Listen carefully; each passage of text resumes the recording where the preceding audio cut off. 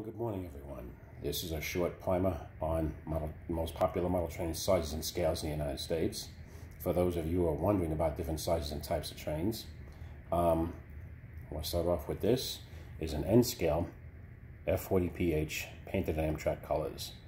N scale being pretty much 1 to 220 scale or ratio. The sizes smaller than this, I think, are TT and Z, which is smaller, I think.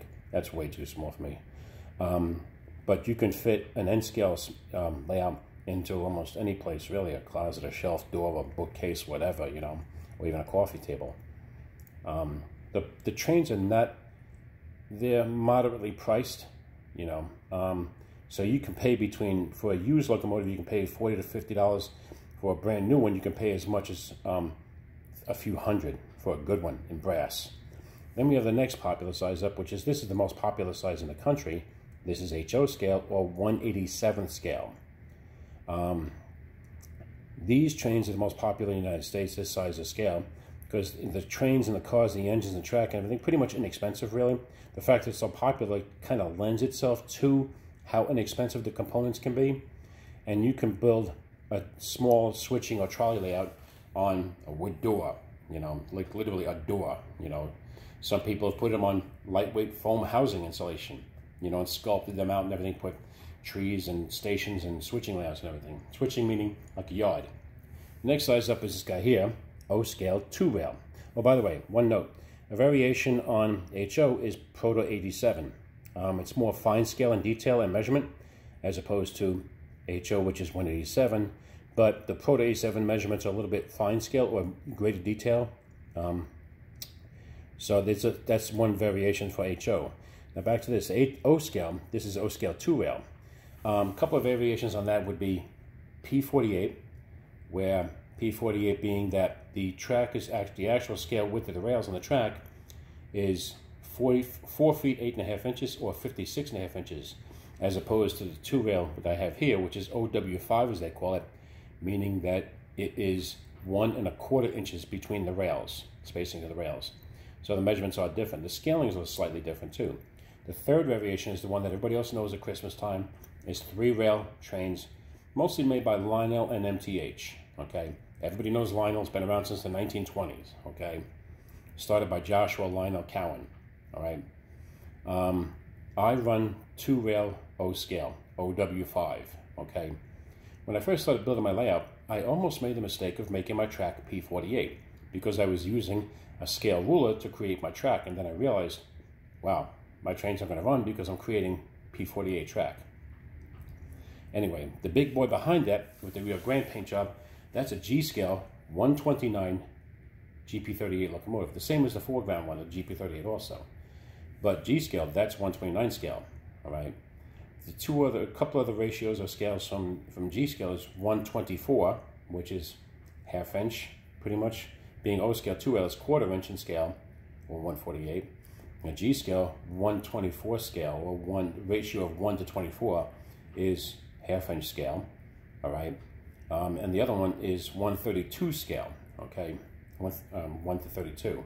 So the three main sizes in G scale is 129, 124, and 132. That's a 120 ratio of 129 locomotive. G scale is best suited to a backyard because of the size of the equipment and the room it can take up really quickly. Even a switch on a G scale track is about half the size of that locomotive in length, all right? So it can eat up room pretty fast. In O scale, it can do pretty much the same thing. It can eat up room fast for a decent sized locomotive. And a locomotive in O scale can weigh up to 8-9 pounds or better. A UP big boy can weigh as much as, in brass, can weigh as much as 10-15 pounds. An O scale locomotive usually weigh about 2 to 4 pounds, okay? G scale runs about 5 pounds. An HO scale locomotive weighs about a pound, 1.5 pounds, okay?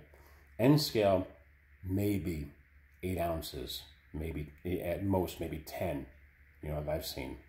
Probably wrong, but, you know, they're pretty, because of their size, they're pretty lightweight. But N scale, locomotives and cars and everything in N scale can be almost as expensive or more expensive than O scale, simply because of the size of the detailing that has to be made into the tooling or how they make it. So HO scale, being the most popular size, is pretty much the most inexpensive of the scales. These are all the 4 most popular scales of model trains in the country. So depend what space you have, if you want to get into model trains, depending on where you want the model train to run and what size space you have to work with, can dictate what size train you want to run, what scale. But there are exceptions to the rules, they say. With O scale, you can run a trolley layout, like trolleys, or even a small switching freight with a small yard and stuff for a couple of businesses or industries, and run that on a door in O scale as well. And trolley layout, you can do it in just a small space or a little bit smaller with a couple of different tracks and switches and stuff in different stations. So HO scale, you can. G scale is the only one you really can't do a switching layout on a door on, like a 6-7 foot long door. You really be stretching your imagination to work a G scale layout of any type on a door size, which is not even 4x8. A 4x8 you could pretty much do O scale and HO and N no problem at all.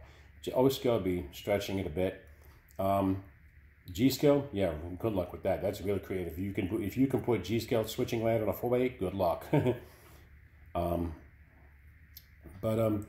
Yeah, so if you have any questions or comments or critiques or anything, and you want to know, and you're interested in getting into it, please feel free to message me anywhere on YouTube or on my Facebook page, all right? Or text me if you want, if you have my number, all right? Anyway, hope you guys have a great holiday season, and take it easy, and happy railroading.